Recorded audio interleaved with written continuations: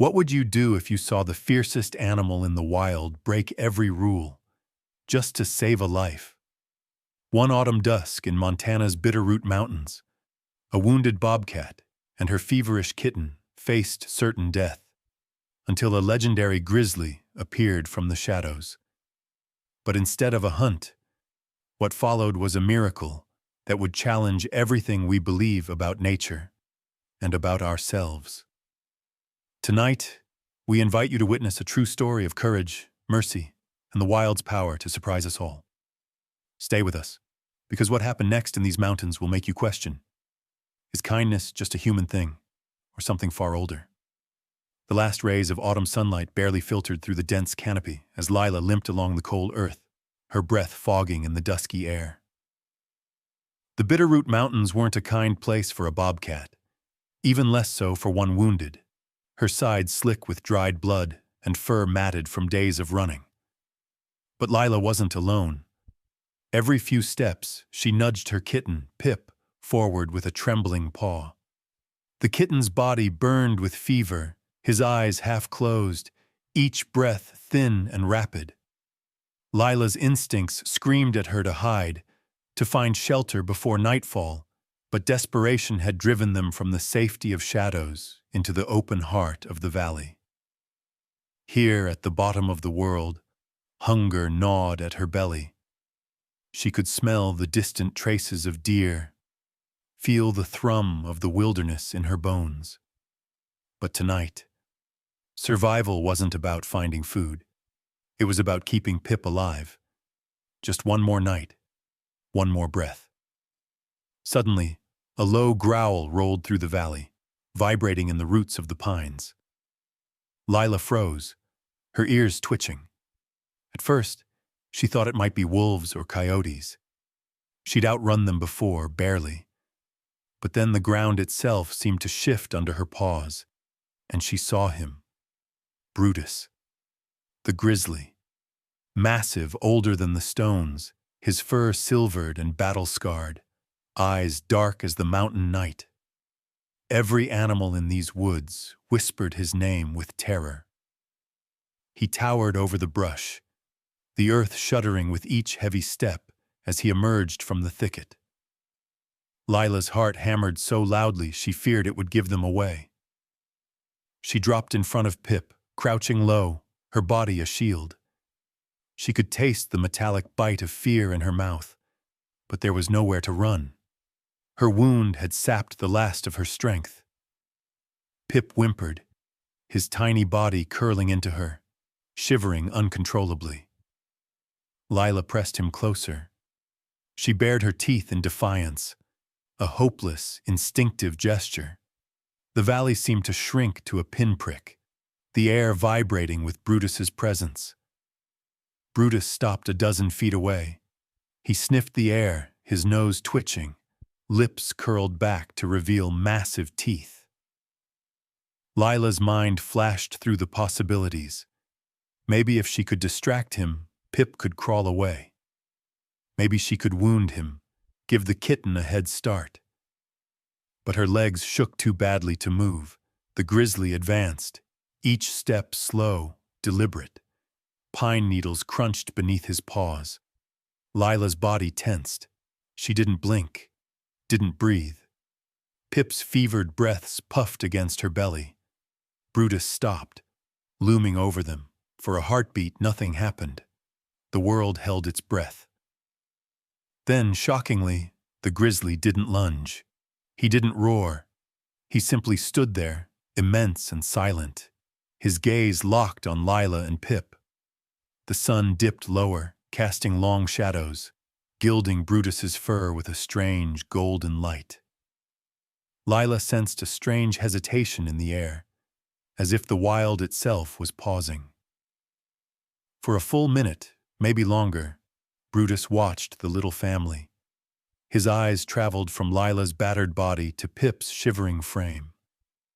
Lila had heard stories, tales of grizzlies driven mad by hunger, of bears who stalked prey for miles. But this bear was different. Something flickered in his gaze. Not hunger, not rage, but something raw. Memory? Sadness? She couldn't tell. A gust of wind rustled through the valley, and suddenly, an owl shrieked from a nearby branch, breaking the silence. Lila flinched, certain this would be the moment Brutus struck. Instead, the grizzly blinked. He shifted his weight, massive claws flexing in the dirt. But he didn't move forward. Lila's mind raced. She could hear the distant yip of coyotes far down the slope. Darkness was falling fast, and the temperature was dropping. She needed to make a choice. Try to drag Pip away and risk Brutus's wrath, or stay and trust that, just maybe, the king of predators would grant them mercy. As the sky deepened to a bruised purple and the first stars blinked awake above the mountains, Lila trembled, her body aching, Pip's fever climbing higher. Brutus exhaled, a sound like wind through a canyon. He didn't roar, didn't bare his teeth.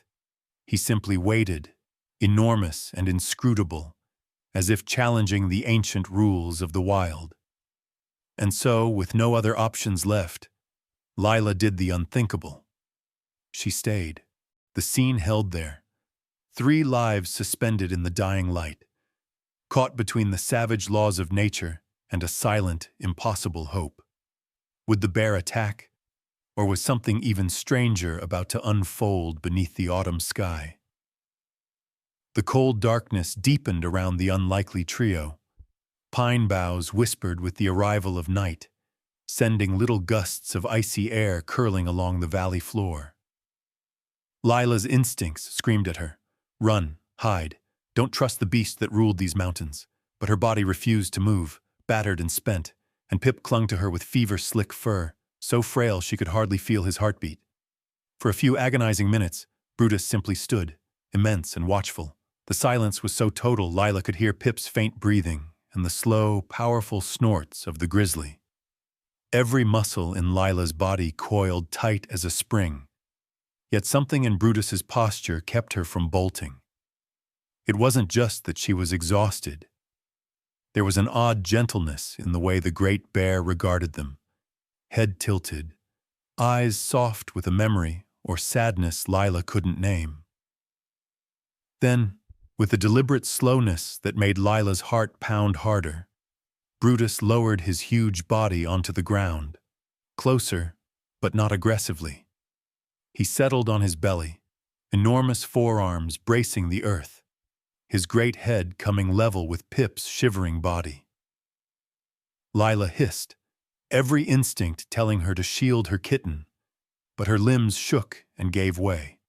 She braced herself for the lunge, the snap of teeth. But it didn't come.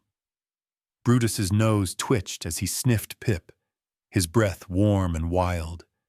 Inches away, the cub made a faint, pitiful mewl, too weak even to struggle. Lila's world narrowed to a single point, the massive bear's paw, as broad as her head, hovering in the air above them. With a strange tenderness, Brutus nudged Lila aside. His claws could have torn her open, but his touch was gentle, almost apologetic, as if he understood her pain. Lila's mind reeled. Was he toying with them? Did he mean to devour Pip first, make her watch? But no, Brutus did something no creature of the wild should ever do. He reached out, and with a slow, careful motion, rolled Pip closer to his own chest. Lila let out a choked gasp, but before she could react, Brutus bent his massive head and began to lick Pip's wounds, rough tongue cleaning away dried blood and infection. The sensation must have been excruciating for Pip. He whimpered, but did not try to escape.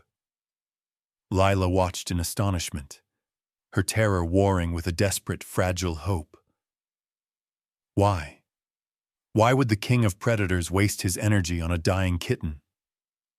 Was he remembering a lost cub of his own, some deep ache carved into his enormous heart? The wild, unspoken rules of the mountains trembled in that moment. Predators did not show mercy. They hunted, they killed, they survived. Lila's world was shaped by the law of fang and claw, by hunger and fear. Yet here Brutus shattered those laws with every gentle motion. He licked Pip again and again, careful around the worst of the kitten's wounds. The big bear grunted softly, a sound almost like reassurance, not threat. Lila was frozen. Her mind said run, but her heart willed her to trust. Just for this breath, just for this impossible night. She watched Brutus's massive body arch protectively around Pip, felt the warmth radiating from his fur, and for the first time since her escape, felt a flicker of safety. Maybe, she thought, the world could hold miracles, even in its cruelest corners.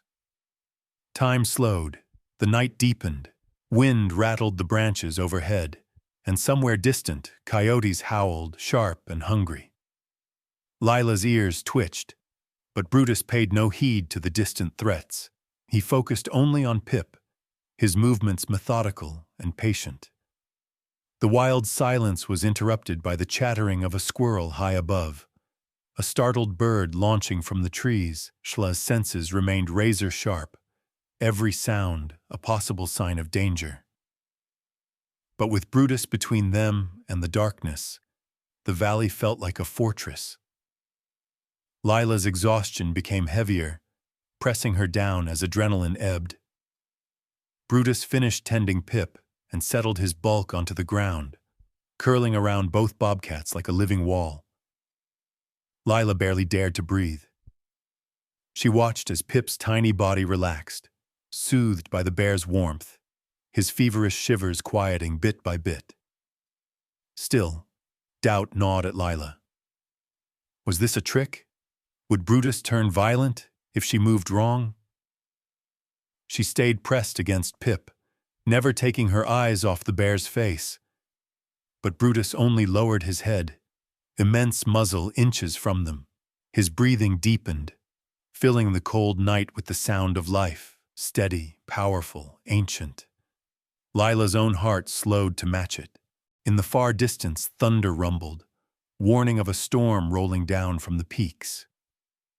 Lila's mind raced with what-ifs. If Brutus changed his mind, she was defenseless.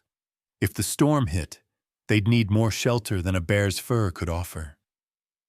She watched the darkening clouds, trying to calculate every risk, but fatigue tugged her towards sleep. That night, Brutus lay close, sharing his heat, his mass blocking the wind. Pip pressed against the bear's belly, sinking into a fever dream. Lila, still wary but overwhelmed by exhaustion and pain, finally let her eyelids drift closed, comforted by the impossibility of this moment. She was trusting her greatest enemy, not just with her life, but with the only life that mattered more than her own. And as the first drops of rain began to fall, drumming a gentle rhythm on Brutus's wide back, the wild itself seemed to pause, as if nature were holding its breath, watching to see what would happen next. The mountain night arrived with no mercy. Cold rain lashed the Bitterroot Valley, turning the rocky earth slick and treacherous. Wind howled through the pines, shaking cones loose to thud onto the ground, and the temperature dropped so fast Lila felt it stab straight through her thin fur. Somewhere out in the darkness, thunder cracked, sharp and close, making the whole world tremble. Lila woke to the sting of rain on her face. For a moment, panic rushed in. She'd fallen asleep, let her guard down. She tensed, searching for Pip, for the bear, for danger. But instead of sharp teeth or claws, she felt the rough, steady warmth of Brutus's body pressing close, a living barrier against the storm. Brutus had shifted while they slept, his massive form hunched to create a shallow cave beneath his chest and belly. Pip was curled there, snug against the bear's heart, chest rising and falling in a slow, even rhythm. For the first time in days, the kitten's breathing sounded clear, not ragged. Lila let out a shaky sigh. For just one heartbeat, relief threatened to wash her away. The rain fell harder, drumming on Brutus's back in uneven bursts, his fur thick and dense, deflected most of the water, and what little seeped through only made him smell more powerfully of the wild: pine sap, earth, old battles, and fresh rain. Lila pressed closer, letting the heat seep into her aching muscles. Her wound throbbed, but had stopped bleeding. The bear's tongue had cleaned it better than her own could have. Lightning flashed, white and cold, and in that stark moment, Lila saw the whole valley lit up: battered trees, tangled undergrowth, a world ruled by tooth and claw. But here, in the shelter of an animal who should have been her doom, she felt a strange, wild peace. Pip woke with a tiny yawn, peeking up at Brutus's chin and blinking in confusion. Lila licked his ear, grateful to see him alert. The kitten reached a trembling paw toward Brutus's fur, as if testing whether the safety was real. Brutus made a low, rumbling sound, not a growl, but a note of comfort. He bent his huge head and sniffed Pip, who sneezed and buried himself deeper under the bear's thick arm. The storm raged on. Lila's senses remained alert, every crack of thunder setting her on edge, but Brutus was utterly calm, his great bulk unmoving, his breath deep and even. For hours, the three huddled together while rain battered the world around them. Occasionally, Brutus would shift, carefully moving to block wind from the exposed side, or lean in to gently lick at Pip's fur, cleaning away mud and fever sweat with slow, patient strokes. It was a lullaby from the wild, the steady hush of the rain, the warmth of unlikely bodies pressed together. Lila, always used to sleeping with one eye open, found herself relaxing fully for the first time since she'd been captured by humans, and then escaped. She listened to Brutus's breath, slow, powerful, unhurried, felt her own heartbeat start to match it.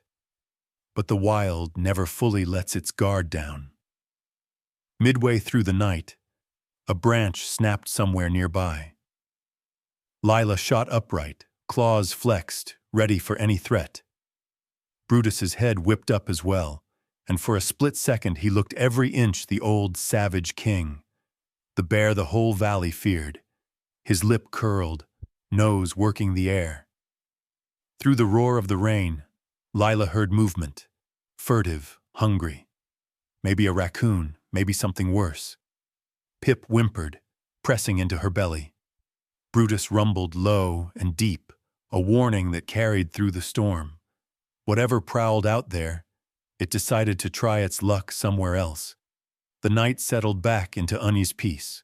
In the stillness that followed, Lila found her mind wandering back to her life before captivity. She remembered teaching Pip to climb low branches, to stalk mice through the underbrush, to hide from hawks and wolves. She remembered the first time Pip had coughed, a harmless cold, she'd thought, and then how fast the sickness had come, stealing his strength.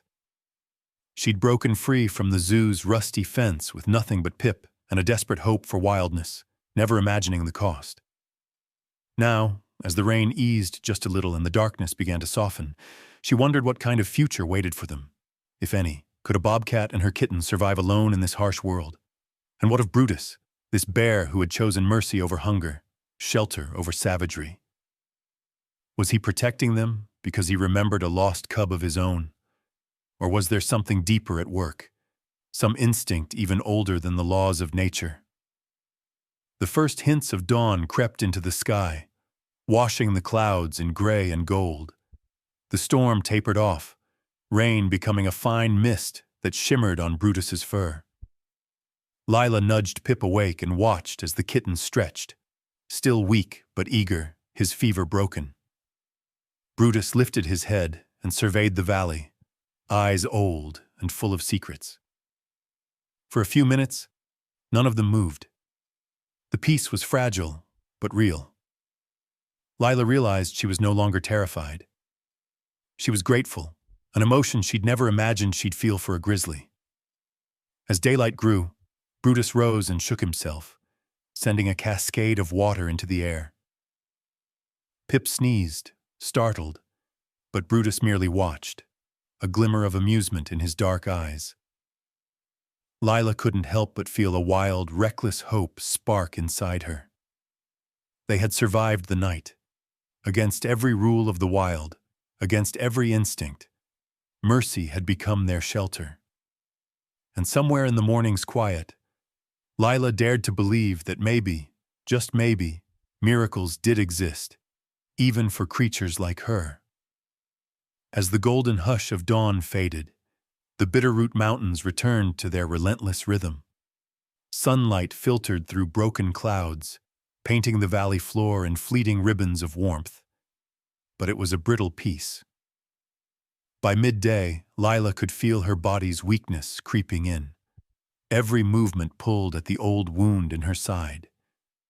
Pip, though brighter-eyed after a night in Brutus's shelter, was still too thin, his steps uncertain. Brutus, for his part, seemed aware of their fragility. He lingered near the pair, foraging through a tangle of berry bushes, scattering blackbirds. Lila watched, curiosity mixing with caution. More than once, Brutus nosed a plump berry toward Pip, who pawed it and finally chewed, juice staining his muzzle. The gesture, so gentle, so deliberate, baffled Lila. If the wild had rules, Brutus was breaking all of them. But the wild's rules weren't broken everywhere. In the deep shade beyond the clearing, new threats moved. By mid-afternoon, the valley filled with the uneasy tension of unseen eyes. Lila's ears flicked at every sound. The sharp cry of a jay, the hush of grass pressed under paw, the distant yip of something hunting. That evening, as shadows stretched long and cold, Brutus began to act restless. His massive head swayed side to side, nose twitching, scanning the wind. Lila felt the air change, a charged sense that predators were near. Instinct screamed at her to run, but exhaustion kept her rooted. Pip tucked close to her belly, ears flat, eyes wide. As twilight bled into night, the first true danger arrived. The coyotes, thin with hunger and clever with desperation, melted from the tree line. 3 of them, moving in a tight, practiced formation. Their eyes gleamed with calculation. They'd picked up the scent of blood and fever. They knew the rhythm of suffering animals. They circled, patient, silent, biding their time. Lila's heart thudded in her chest. She hissed, arching her back, shielding Pip. Her claws dug furrows in the cold earth. She knew she was no match for 3 healthy coyotes, not like this. Not with Pip so frail. Even Brutus, for all his power, was only one bear against many. But Brutus didn't hesitate. With a bellow that rattled the mountainside, he surged forward, massive form rising to his full height, shadow towering over the clearing. His roar crashed through the trees, echoing so loudly the coyotes shrank back in momentary fear. Yet they were desperate. Hunger can make even small predators bold. One coyote darted in, teeth flashing, aiming for Pip. Lila launched herself in front of her kitten, slashing out, but her injured leg buckled. The coyote snapped at her tail, driving her back. Pip yowled, claws flailing. Brutus moved with terrifying speed for such a huge beast. He dropped down, swatting at the nearest coyote with a paw as big as a skillet. The coyote yelped, flung sideways, but scrambled back up, circling for another try. The pack tried to fan out, snapping and feinting at Brutus's legs, testing his defenses. Lightning fast, another coyote darted for Pip.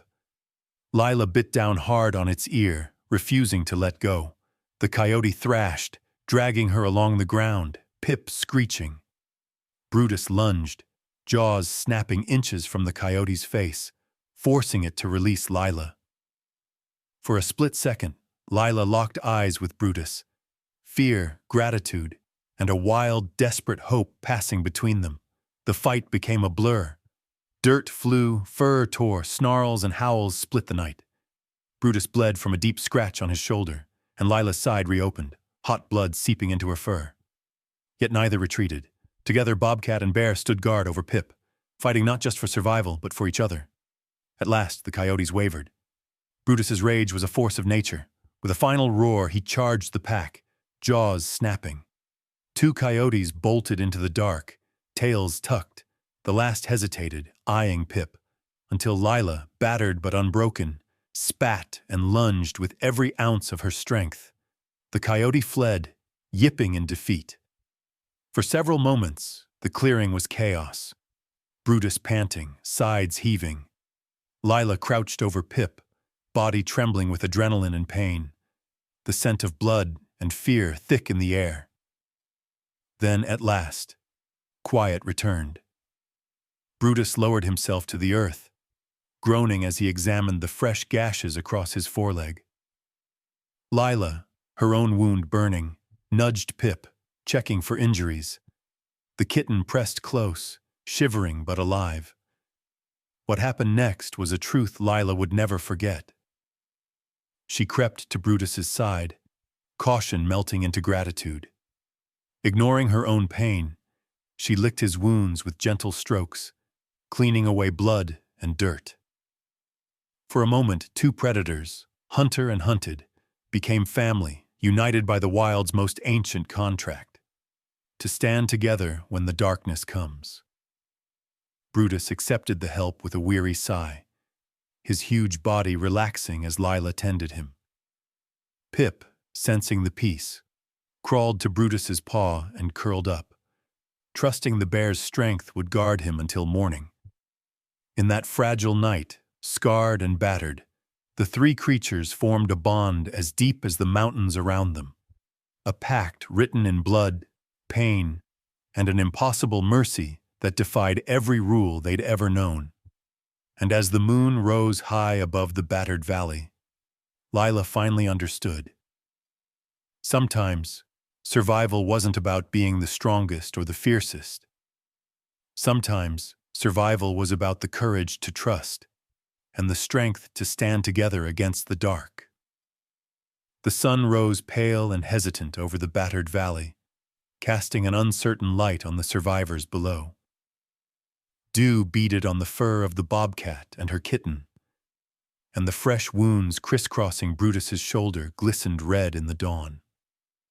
For a moment, all was quiet. The wild seemed to hold its breath, as if reluctant to disturb the fragile peace forged in blood and terror only hours before. But peace in the Bitterroot Mountains was always temporary. Miles away, a two-way radio crackled in a battered pickup as it wound its way up the rutted service road. Casey Walker, Montana wildlife ranger, 36, with eyes lined by too many hard winters and a heart still sore from past mistakes, glanced at her partner over the rim of her travel mug. "You really think there's a grizzly this far down in the draw?"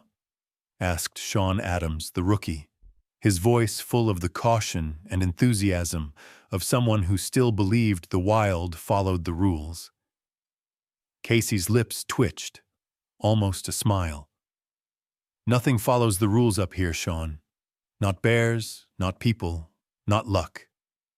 Sean grunted, scanning the woods. Their assignment had started simple: respond to a report of strange animal activity, maybe check for poachers. But Casey had learned long ago that the Bitterroots always had a surprise waiting. They hiked quietly for over an hour, boots muffled by last night's rain, radios switched to low. Casey paused, squinting at the faint impressions in the mud. Huge paw prints, impossibly fresh. Bear, definitely, maybe more. Then a smaller print, pressed nearly atop the bear's. Bobcat. She crouched, running gloved fingers over the track, heart thudding. A family of bobcats and a grizzly moving together? No, that was impossible. The forest thinned ahead. Casey raised a hand to slow Sean, her instincts prickling. She slung the camera from her neck and crept forward, using a fallen log as cover. What she saw beyond the tangle of willows stopped her heart cold. Brutus lay sprawled, massive head resting on his paws, sides rising and falling with slow, exhausted breaths. At his flank, a bloodied bobcat licked his wounds, moving with the care of a mother tending her own. And there, curled between bear paw and bobcat's belly, a kitten dozing peacefully. Casey's hand trembled on the camera, heart warring with disbelief.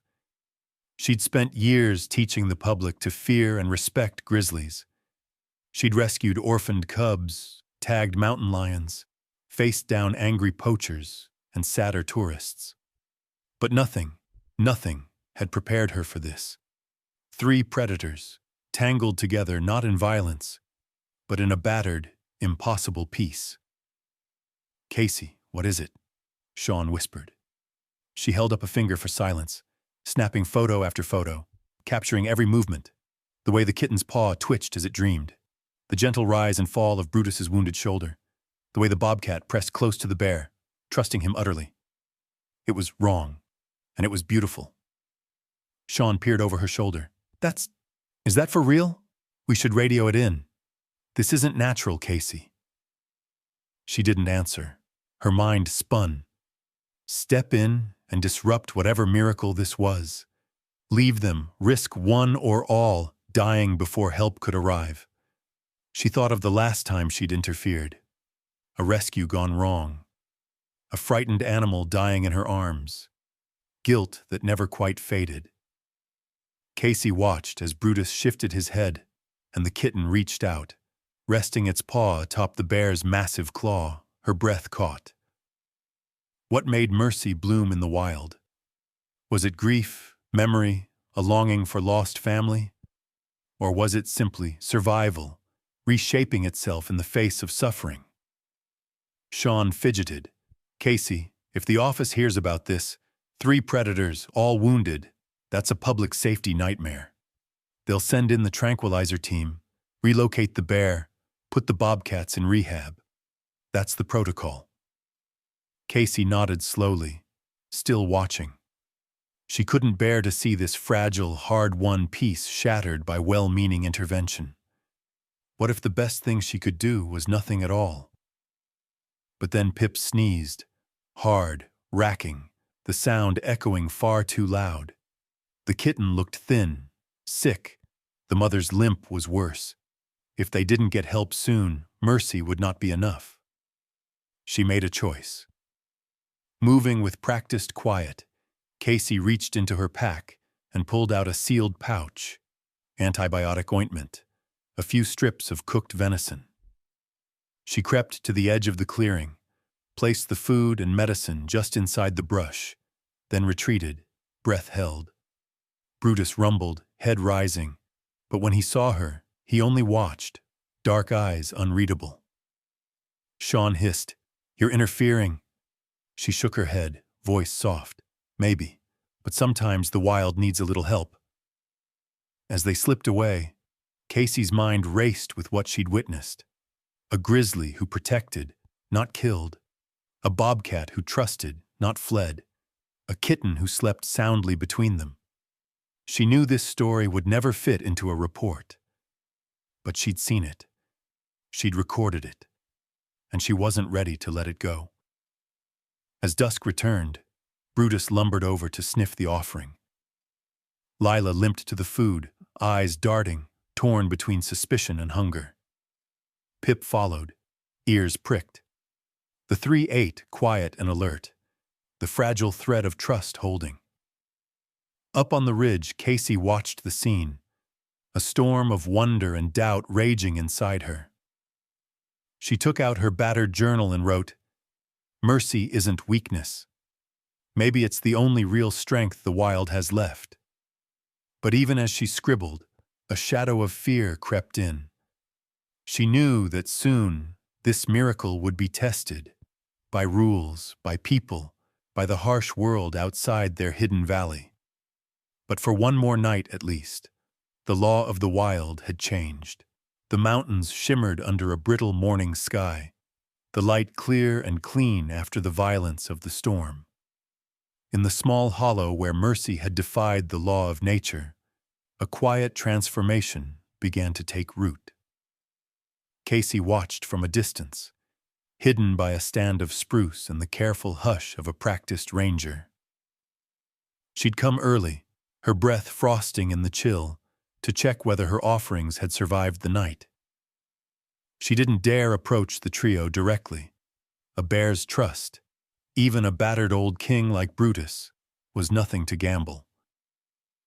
Instead, she scanned the clearing with binoculars, heart pounding as she pieced together the scene. The venison and medicine were gone. In their place, three shapes moved, slower, but with a hint of new strength.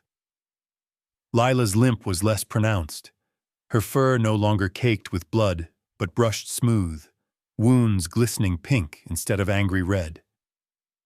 Pip, for the first time since Casey had laid eyes on him, was chasing a stray beetle across a patch of moss, his steps still wobbly but filled with a kitten's fierce, unbreakable joy. And Brutus, oh Brutus, he was no longer just a shadow hunched by pain and instinct. There was a lightness to the way he moved, as if the burden of loneliness had eased. He tolerated Pip's clumsy leaps, even the playful swats of a kitten's paw against his scarred flank. More than once, Casey saw the huge bear turn, lips curling back in something almost like a smile, as Pip clambered over his back and tumbled to the ground. It was so human, that flicker of patience and pride, that for a heartbeat she forgot to breathe. From her journal, Day 3. Bobcat wounds look cleaner. Pip is active, energetic. Brutus appears protective, even playful. No aggression toward food or human scent. This isn't textbook behavior. It's not even legend. It's something new. Casey lowered her binoculars, the corners of her mouth trembling with emotion. She wanted to run down the slope, to wrap all three in her arms and promise them the safety they'd never found in the wild. But she held back. Some miracles, she knew, only lasted if you watched from a respectful distance. Back in the hollow, the bond between the three survivors deepened. Lila nuzzled Pip, encouraging him to explore further each day. The kitten, no longer gripped by fever, grew bolder, testing boundaries the wild had tried to deny him.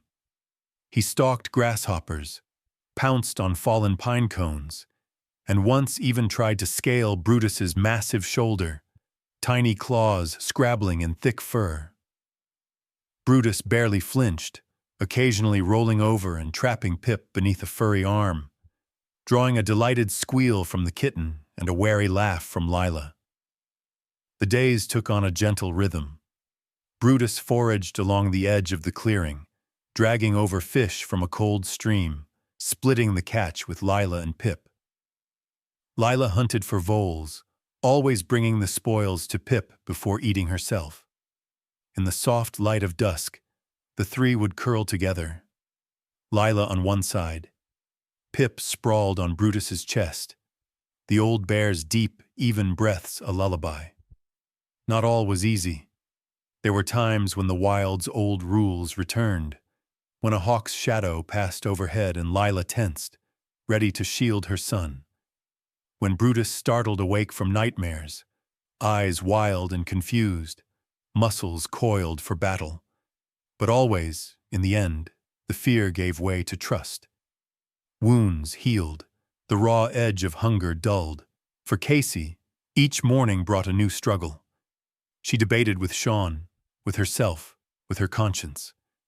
Was this her miracle, or a disaster in the making?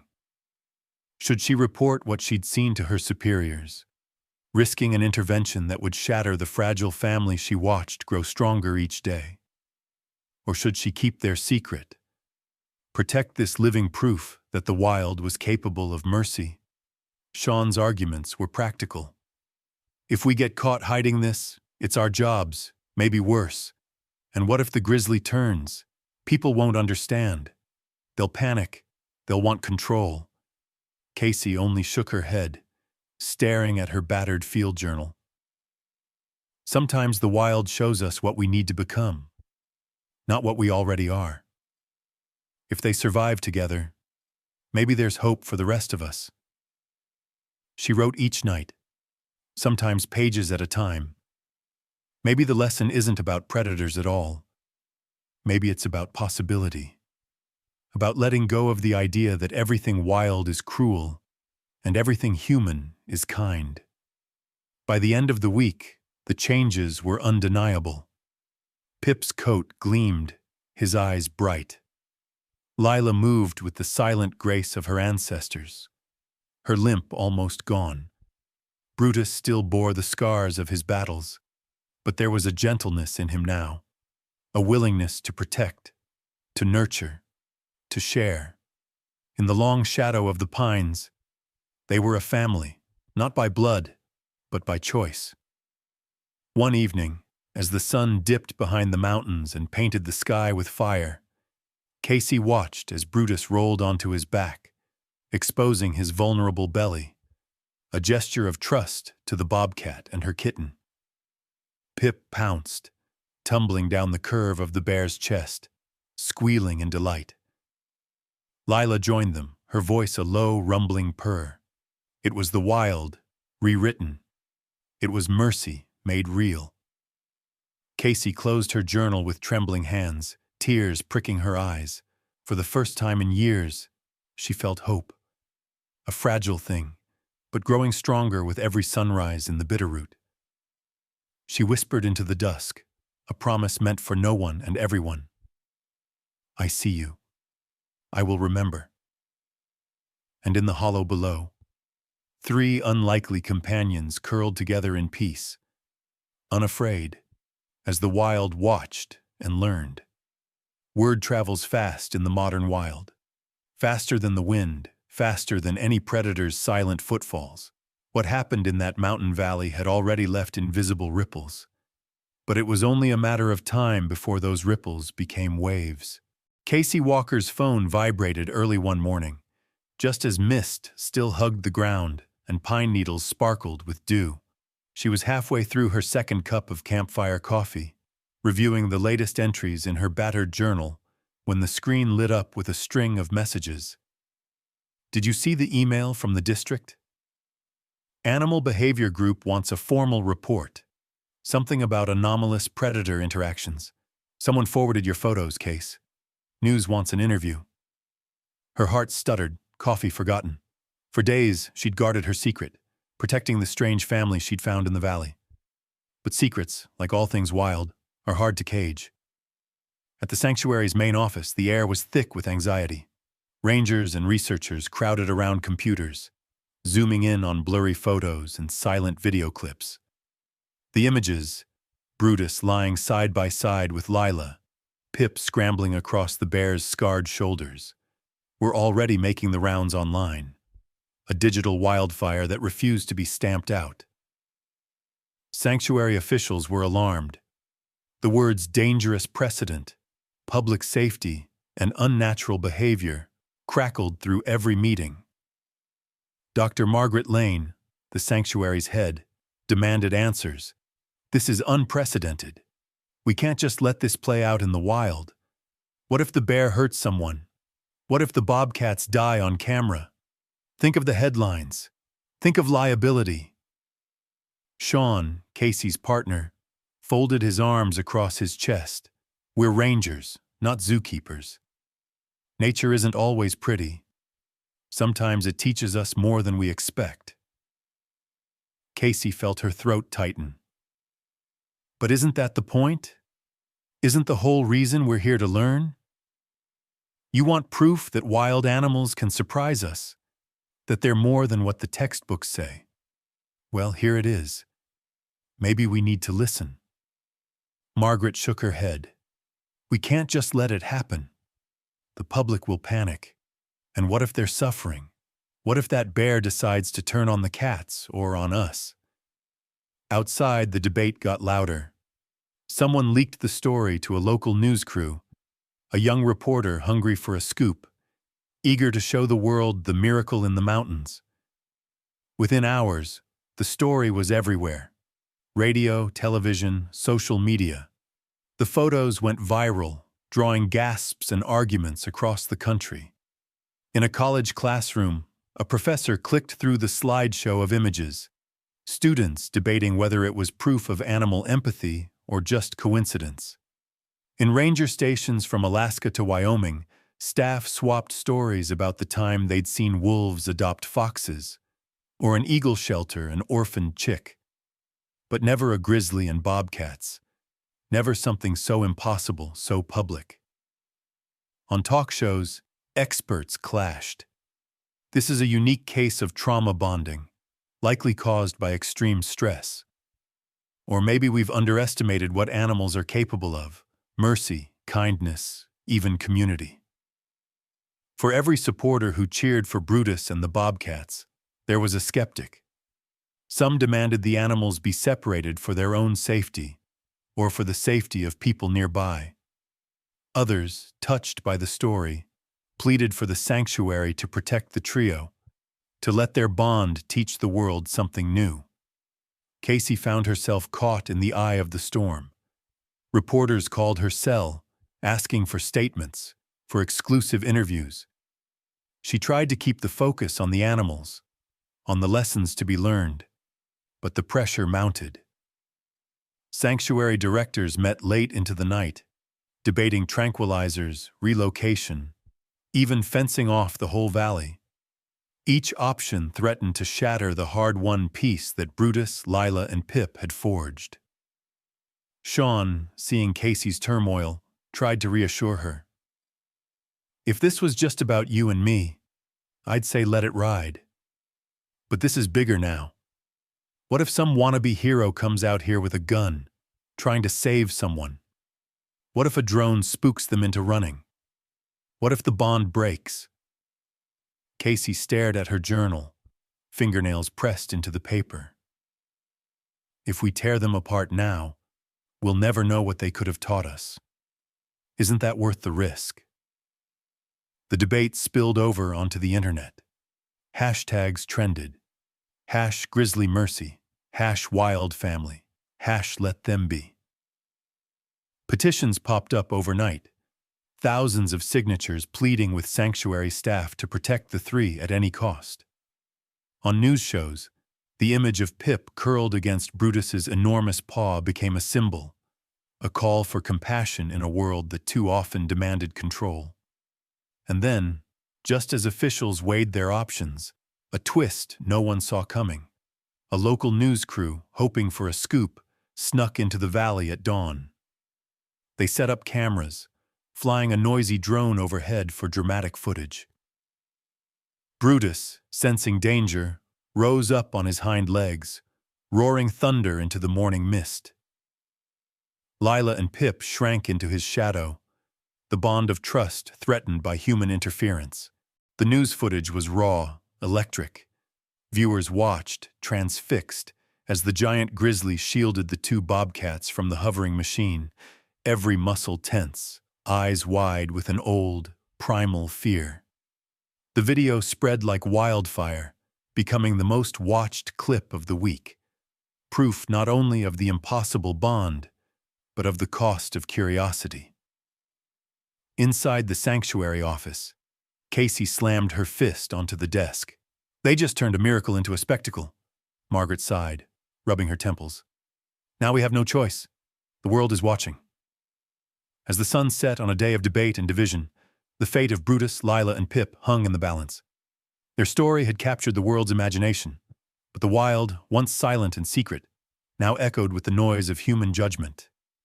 A noise even the mountains could not keep out. Dawn in the Bitterroot Mountains always felt like a promise. The sky blushed pink and gold over jagged ridgelines, a hush settling over the forest before the day's first birds dared to sing. But this morning, as mist curled over the valley floor and the world seemed newly washed, the promise felt fragile, like something on the verge of breaking. In the hollow that had become their home, Lila awoke before the sun had crested the pines. Pip, bundled close against her belly, slept deeply, his breathing soft and strong. Across the clearing, Brutus dozed with his head on his paws, chest rising and falling in time with the distant wind. There was a peace to the moment, but beneath it, a current of change. Lila felt it in her bones, a restlessness, a pull from the wild she could not ignore. Her wound had long since closed, scarred but strong.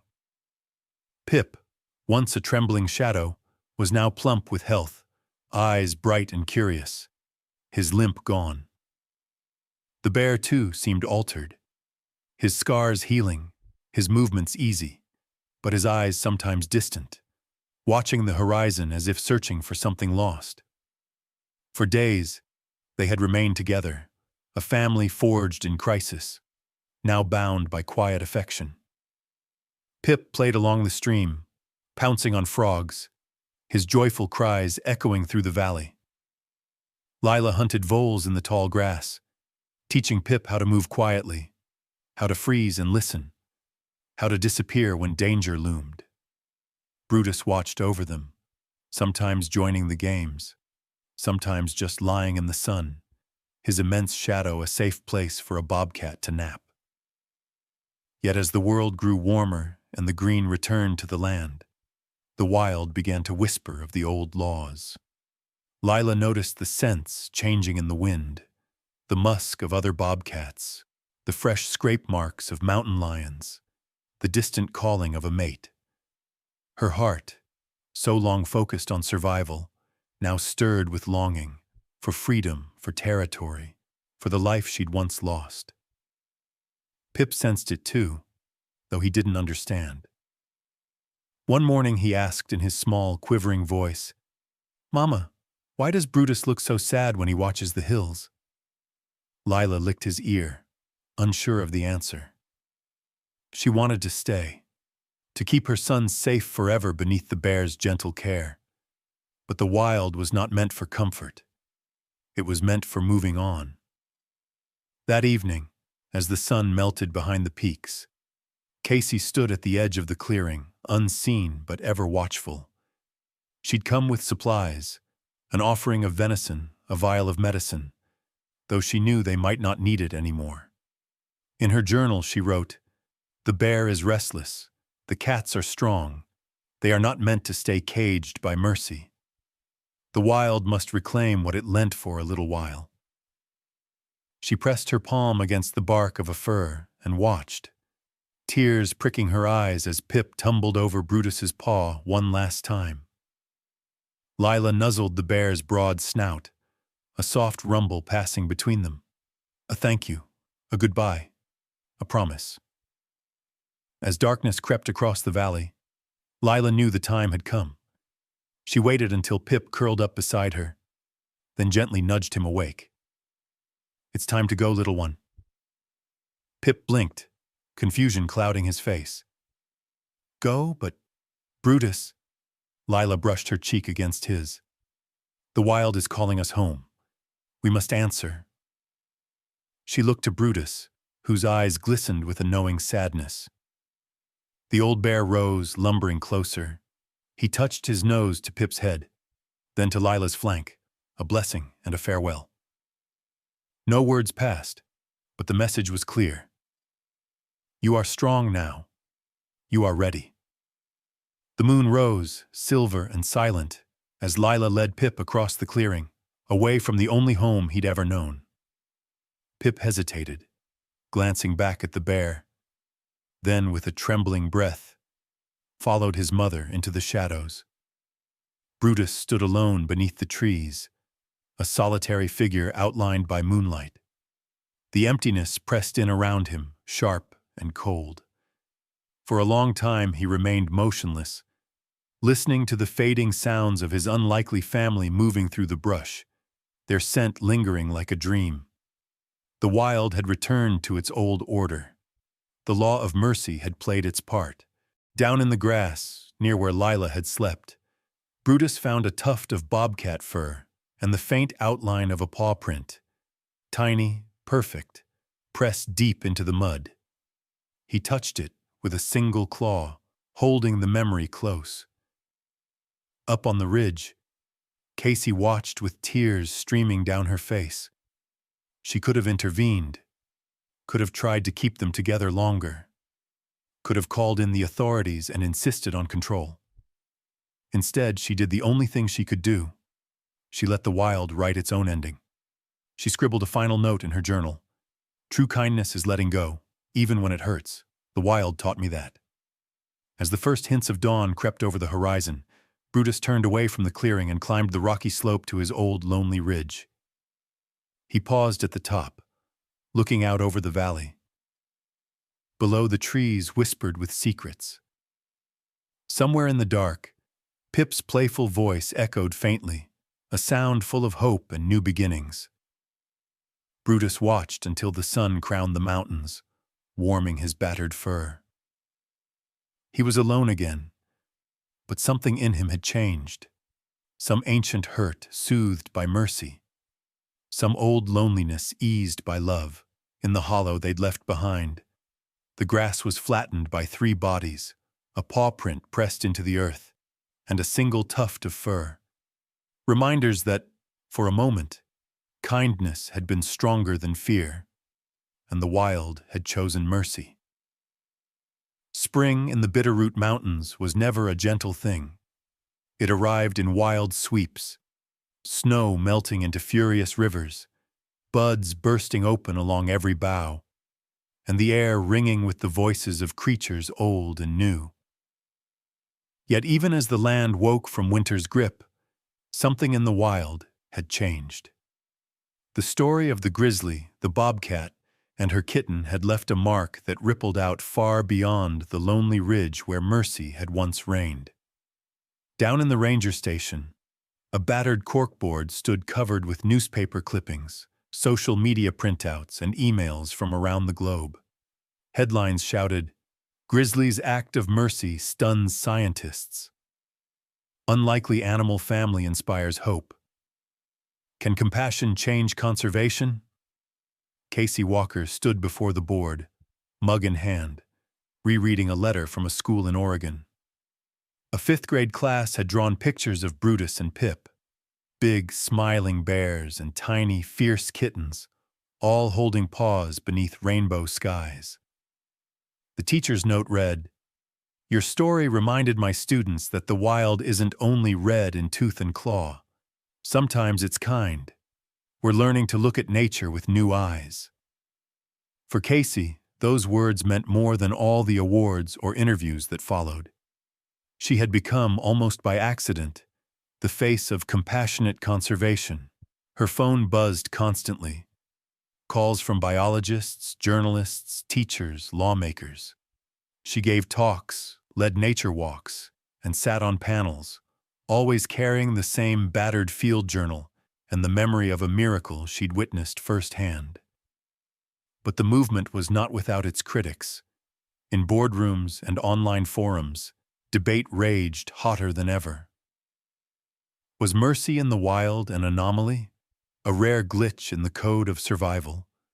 Or was it something deeper, a truth that had been ignored because it was inconvenient, because it complicated the old stories of predator and prey? Some claimed Casey's account was sentimental, even dangerous, a fairy tale that might make people careless around wild animals. Casey never denied the danger. "Mercy isn't the same as tameness," she told reporters. "Brutus was never a pet.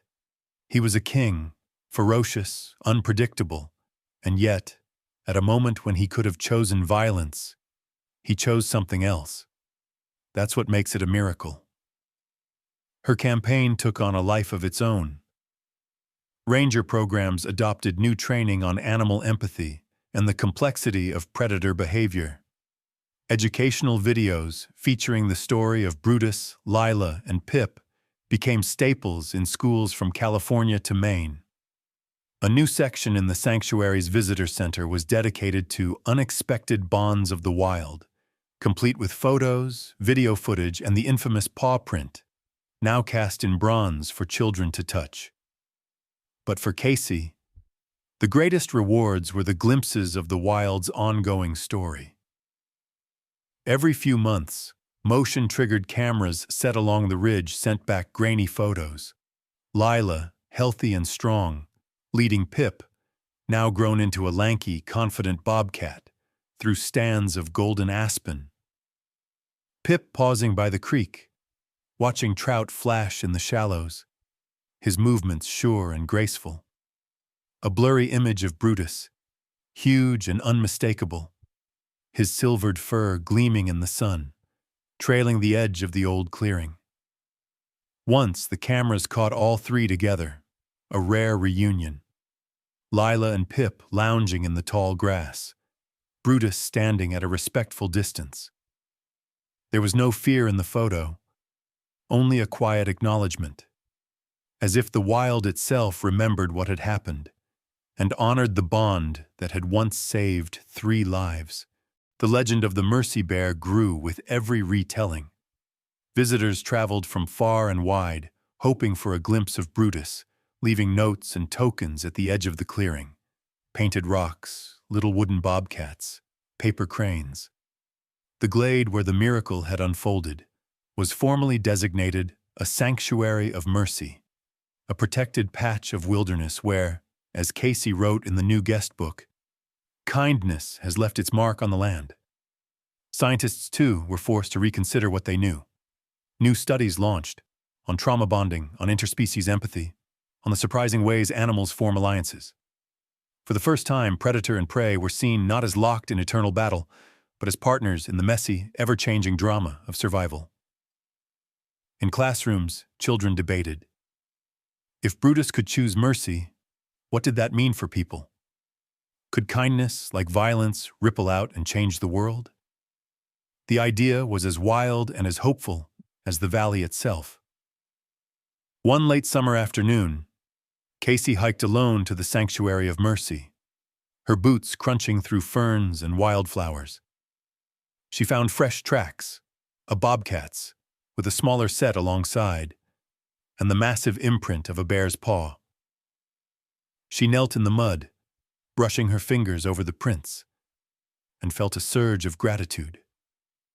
She sat beneath the firs, breathing in the scent of sun-warmed needles, remembering that stormy night and the impossible alliance she'd witnessed. The wind whispered through the branches, carrying secrets, and the promise that the wild could always surprise those willing to watch and learn. As dusk painted the valley in gold and lavender, Casey closed her eyes, letting the memory live on. She had fought for the trio's safety, told their story, and helped shape a new future for the Bitterroot's wild inhabitants. But the greatest legacy was not in laws or lessons, but in the hearts and minds forever changed by the story of a bear who chose mercy. In the wilderness, legends fade quickly, replaced by new struggles and shifting seasons. But in this corner of the mountains, Brutus, Lila, and Pip remained, sometimes visible, more often just a story told by tracks in the mud and paw prints on a heart. And so, as the sun dipped below the peaks and the first stars blinked awake, the wild carried forward a new truth. Sometimes, the bravest thing in the world is to be kind. Years passed in the Bitterroot Mountains, and the valley where mercy once triumphed slowly changed with the seasons. Spring's wild green rush gave way to the gold and rust of autumn, and then to the hush of snow that blanketed all memory beneath a clean white sheet. But some stories left tracks too deep for any storm to erase. The Sanctuary of Mercy became more than a protected patch of forest. It became a place of pilgrimage, where old truths and new hopes tangled beneath the watchful pines. School children arrived on yellow buses, their faces pressed to frosty windows, eyes wide with excitement, as rangers pointed out deer trails and the twisted snag where Pip once learned to leap. Scientists set up motion cameras. Teachers read from battered copies of Casey Walker's field journal, and hikers paused to rest in the quiet glade, tracing bronze paw prints set into the earth. But the real story of the valley was told not in words, but in the life that blossomed quietly just beyond the paths.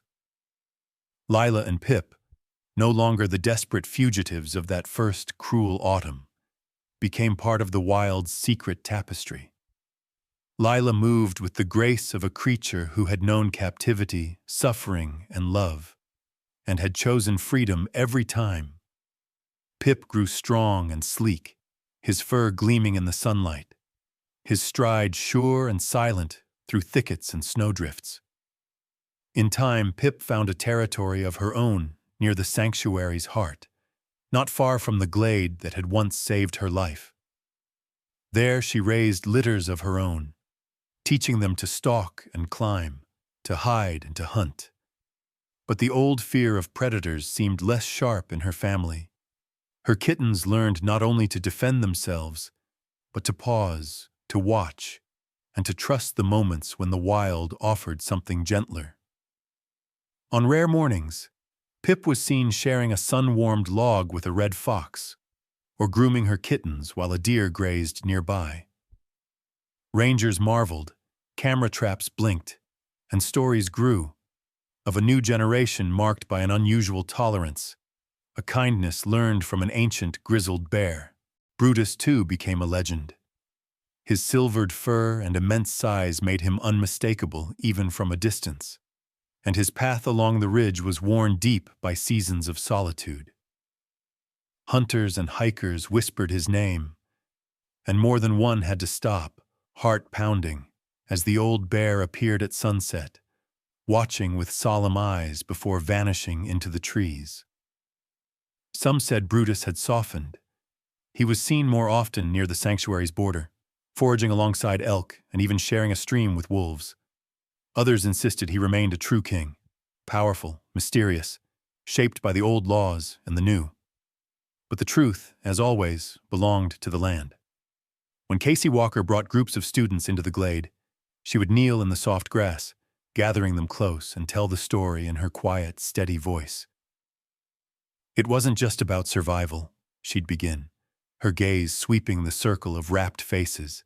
It was about mercy, about what happens when you trust the wild and each other, enough to do something no one expects. She'd point to the ridge where Brutus had once stood, to the spot where Lila and Pip had curled together, to the bronze paw print glinting in the sunlight. Kindness isn't always easy or safe. Sometimes it means going against everything you've ever been taught. But in this valley, we learned something important. Courage doesn't always roar. Sometimes, courage is the choice to show mercy, even when your instincts scream otherwise. Casey's story became a living lesson. Students left the sanctuary carrying not just memories, but new ways of seeing the world. In the years that followed, some became scientists, teachers, activists, each carrying forward the legacy of the wild family that had changed them. One girl, once afraid of all wild things, returned years later as a biologist, her dissertation titled Predator Empathy and the Ripple Effect of Compassion.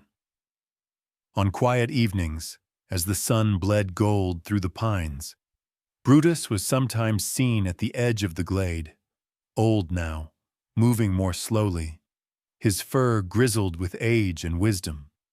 He would sit, watching the wind ripple the grass where his story began. And sometimes, at dusk, Pip would slip through the trees with her grown daughters in tow, pausing for a heartbeat near the bear who had saved her life. For a moment, time folded in on itself. Predator and prey, mercy and survival, woven together beneath the endless sky. Camera traps sometimes caught these moments. Pip's kittens playing near Brutus's massive shadow, the old bear resting as young bobcats darted fearlessly around him. The images traveled far and wide, reminders that in this corner of the world, the laws of nature had been rewritten, if only for a moment. The Sanctuary of Mercy became a symbol, a place where teachers, lawmakers, and families came to learn about a different kind of wildness. Conservation policies changed, not because the world was suddenly safe or simple, but because more people believed in the possibility of compassion. The story spread, sometimes as fact, sometimes as legend. It didn't matter. The truth was already growing in the hearts of those who listened. As the years rolled on, the story of Brutus, Lila, and Pip echoed through the Bitterroot and beyond. It whispered in the cry of a hawk, in the hush of new snow, in the laughter of children learning the old story for the first time. It lived in every act of unexpected kindness, in the wild and in the world outside it. And on certain summer evenings, if you stand in the Sanctuary of Mercy at sunset, you might see him, Brutus, immense and silent, looking out over the valley where he once chose mercy over hunger. His eyes hold the wisdom of the mountains and the gentleness of something softer, something older. The wild is still full of mysteries, the story says, but sometimes the greatest power isn't strength or fear. Sometimes the wildest thing of all is kindness.